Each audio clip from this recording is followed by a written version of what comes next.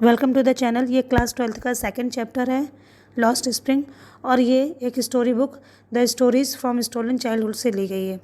इस story book के writer हैं अनीस जंग। ये एक शॉर्ट स्टोरी है और अनीस जंग ने इंडिया में और फॉरेन कंट्रीज़ सब जगह उन्होंने अपने एज अ राइटर काम किया है और उन्होंने बच्चों के पॉवर्टी और एक्सप्लॉयटेशन पर सबसे ज़्यादा रिसर्च की है। और इसमें दो बच्चों की कहानी है, एक है साहिब और एक है मुकेश। तो फर्स्ट पार्ट में साहिब की स्टोरी एक्सप्लेन है। राइटर साहिब से पूछती है कि तुम कूड़ा क्यों बीनते हो, तुम्हारे पास और कुछ काम नहीं है। तो साहिब एक छोटा सा लड़का है जो कूड़ा बीनने का काम करता है और राइटर के घर के आसपास जितना भी कूड़ा कबाड़ होता है उससे वो सोना और भी कई चीज़ें हैं उनसे उनको बीनते हुए दिखता है।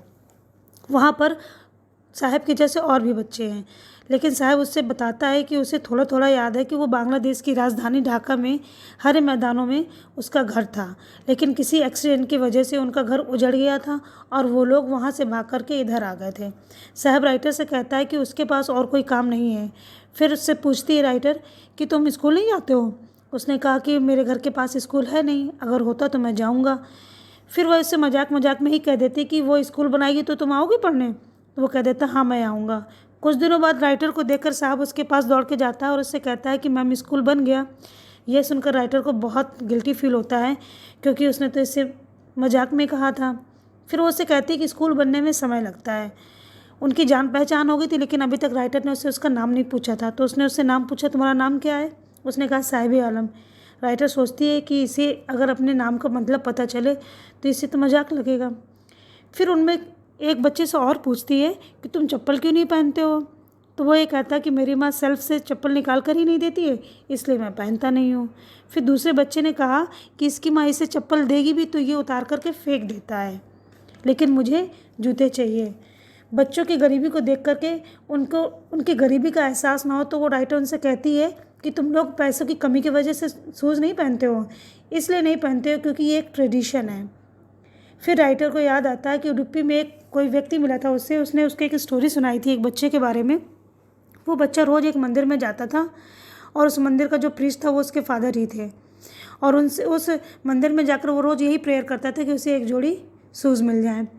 और 30 साल बाद जब वो उस मंदिर में पहुंची है तो उसने देखा है कि जो प्रीस्ट का घर था वो मंदिर के पीछे है और वो ये सोचती कि वहाँ के बच्चे सारे वेल ड्रेस्ड हैं, सब बच्चे शूज़ के साथ में हैं और उन्होंने प्रॉपरली अच्छी सी ड्रेस पहन रखी है।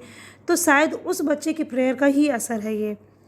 इसके बाद में उसका ध्यान सीमापुरी की तरफ जाता है। सीमापुरी एक इलाका है, दिल्ली से कई मीलों दूर है और वहाँ रहने वाले जो लोग थे वो 40 सालों से 1971 लगभग 1971 से भारत में रह रहे थे और उन्हीं में से एक साहब का परिवार था।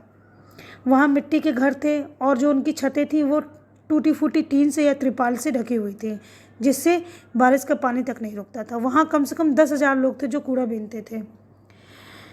इसके बाद में जब वो वहाँ पहुँचती है तो वहाँ उसने देखा कि एक औरतों का ग्रुप वहाँ खड़ा, तो वो उनसे पूछती है कि आप लोग यहाँ पर रहते हो, आपकी कोई पहचान पत्र नहीं है यहाँ पर।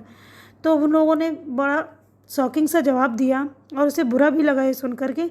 उन्होंने ये कहा कि हमारे लिए पहचान पत्र इतना ज़रूरी नहीं है, 2 वक्त का खाना ज़रूरी है। अगर हमें खाना ही नहीं मिलेगा तो हम पहचान पत्र का क्या करेंगे, इसलिए हमारा नसीब हमें जहाँ ले जाता है हम वहाँ पर जाकर अपना टेंट लगा लेते हैं। यहाँ बच्चे कचरे के ढेर में ही पलते हैं। और आपको बता दूँ तो जो यहाँ पर बच्चे थे वो औरतों ने ये बताया कि बच्चे शुरू से वो या 1 या 2 साल के होते थे तो वो कूड़ा बीनना सीख जाते थे, क्योंकि वहाँ की जो रास्ता थी वो कूड़े के ढेर से बनी हुई थी, जहाँ वो खेलते थे वो कूड़े के ढेर का था, इसलिए बच्चों को टाइम नहीं लगता था और वो ये काम करना सीख जाते थे। उन्होंने ये बताया कि यहाँ बच्चों को कभी कभी 2 का नोट मिल जाता है, कभी कभी 10 का। बच्चों के लिए तो ये देख करके उनकी आंखें चमक जाती हैं। अच्छा, यहाँ के जो बड़े लोग हैं उनको ये लगता है कि हमारी जीविका है, लेकिन बच्चों को ये उनके लिए गिफ्ट लगता था, क्योंकि किस पन्नी के अंदर उन्हें क्या मिल जाए, किस पॉलीथीन के अंदर, किस रैपर के अंदर उन्हें क्या मिल जाए, ये उनके लिए एक सरप्राइज़ होता था और वो ये देख करके बहुत खुश हो जाते थे। राइटर वहाँ से चली जाती है। उसके बाद एक ठंड की सुबह उसने देखा कि क्लब हाउस के सामने साहिब खड़ा है और वहाँ अंदर 2 बच्चे टेनिस खेल रहे हैं जो काफ़ी अच्छे कपड़े पहने हुए और शूज भी अच्छे पहने हुए हैं। साहिब उनको देख करके खुश हो रहा है। फिर जब राइटर उसके पास जाती है तो उसने देखा कि साहब ने भी जूते पहन रखे, लेकिन उसे ये पता है कि किसी अमीर के जूते हैं और शायद उसके पहनने के लायक नहीं रह गए थे, इसलिए उसने फेंक दिए होंगे। लेकिन साहब को इससे फ़र्क नहीं पड़ा, वो इनको पहन करके बहुत खुश है। उससे पूछती है कि तुम्हें ये गेम अच्छा लगता है? उसने कहा ये मुझे गेम अच्छा लगता है, और जब ये लोग यहाँ पे नहीं खेल रहे होते तो यहाँ का गेट कीपर मुझे अंदर जाने देता है और मैं झूला भी झूल लेता हूँ। एक दिन राइटर साहब को रास्ते में मिली और उसने देखा कि वो दूध का कंटेनर लेकर के जा रहा था। तो साहब ने उसे इशारे में बताया कि मैं यहाँ चाय की दुकान में अब काम करने लगा हूँ और मुझे 800 रुपये मिलते हैं। राइटर उसे इशारे में पूछती है कि तुम अपने इस सर्विस से, नए काम से खुश हो? लेकिन साहब की आंखों को देखकर वो समझ जाती है कि वो इससे खुश नहीं है, क्योंकि उसे ऐसा लग रहा था कि जो उसकी फ्रीडम थी वो छिन गई थी। जब वो कूड़े का ढेर बिनता था तो उसको किसी काम में बाइंड नहीं किया हुआ था, वो ना बंधा महसूस करता था, लेकिन इस काम में उसकी फ्रीडम छिन गई थी।